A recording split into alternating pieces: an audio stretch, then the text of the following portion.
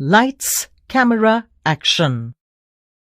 A man was calling out to passers-by outside Bombay's Coronation Theatre. It was the 3rd of May 1913. Most people ignored him and continued walking by, thinking that he was crazy. Some gave him strange looks. However, a few curious folks gathered around the man. "Arey, what are you talking about?" An onlooker demanded. "Raja Harishchandra has been released today. It is a film."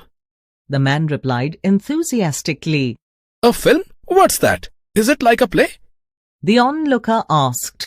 "A little, but instead of live people, photographs will move. You will see Raja Harishchandra's story being performed. It has magic in it too. Do you want to watch it? The ticket is just 3 annas. The man said.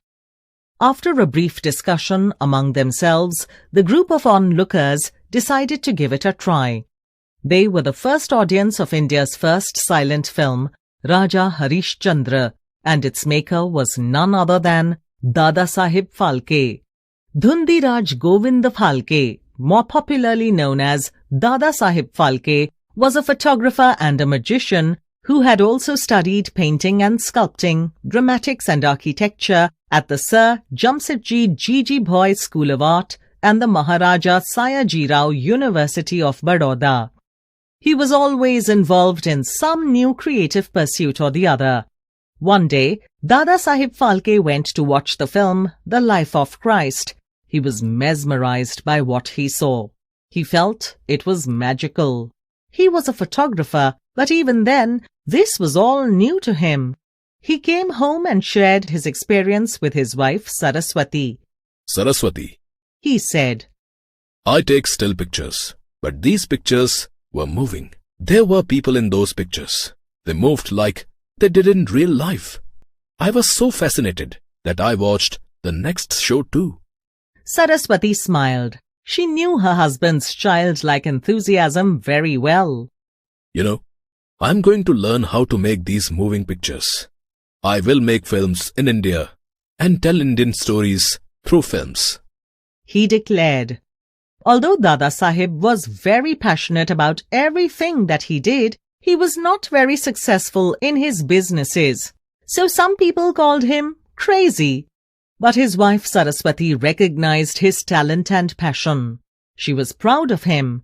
Even in periods of financial hardship, she stood by him like a rock. So, with his wife supporting him, Dada Saheb Phalke used up all his savings and sold some household items and went to England in 1912. He learnt the craft of filmmaking from Britain's pioneer filmmaker Cecil Hepworth. When he returned to India, he was raring to go.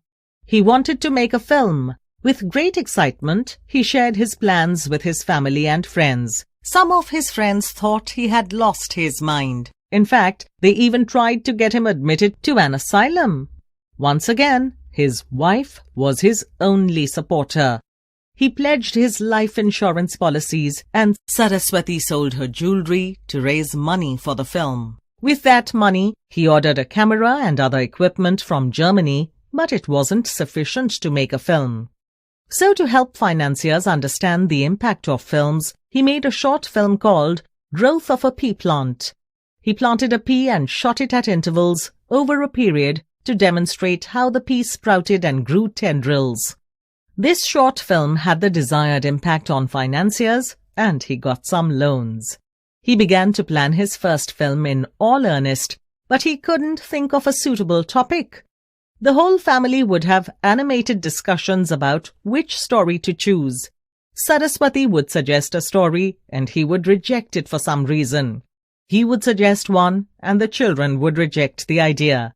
And so it went on till, one day, he found what he was looking for. He decided to make a film based on King Harishchandra. "But where will you get the actors? And who will handle the camera?" asked Saraswati, very worried. You will handle the camera. I'll teach you. And we'll advertise in the newspapers for actors. It's decided then," Dada Saheb declared. But it was easier said than done. Dada Saheb couldn't find many actors willing to act in a film. In those days, acting was considered a lowly profession. People were ashamed to become actors. The real problem began when he started looking for women to play different female roles in the film. It was taboo for women to act. Not a single woman agreed to act in his film. He found a solution by casting men in female roles. To train his male actors to play female roles effectively, Dada Saheb made them dress up as women even when they were not shooting. They had to do all the things that only women did at that time, such as cooking, washing, and cleaning. One day, the shooting was to take place in a jungle near a village. Since they wouldn't be able to dress up and put on makeup in the jungle, Dada Saheb decided that everybody would dress up and go to the shooting location in their film costumes and carry their property with them. As it was the story of a king, naturally, some actors were carrying swords. On the way to the jungle while passing through the village, the villagers mistook them to be dacoits and sent policemen to arrest them. Finally, after a long journey of many ups and downs, Dada Saheb Phalke released India's first silent film, Raja Harish Chandra, in 1913. He was the producer, director, and writer of the film. His efforts had borne fruit. At first, the film did not do well, but Phalke's never-say-die spirit came to the rescue. He got 2 European dancers to perform before the film began and offered prizes to ticket buyers. Audiences flocked to the theatre to watch the dance and walked out mesmerized by the film. Word spread, and day by day, the size of the audience increased. The film became a hit. Not only did Phalke recover all costs and pay back his financiers, he also made a very good profit. Thanks to his perseverance and passion, by 1920 there was a flourishing film industry in Bombay, now known as Mumbai.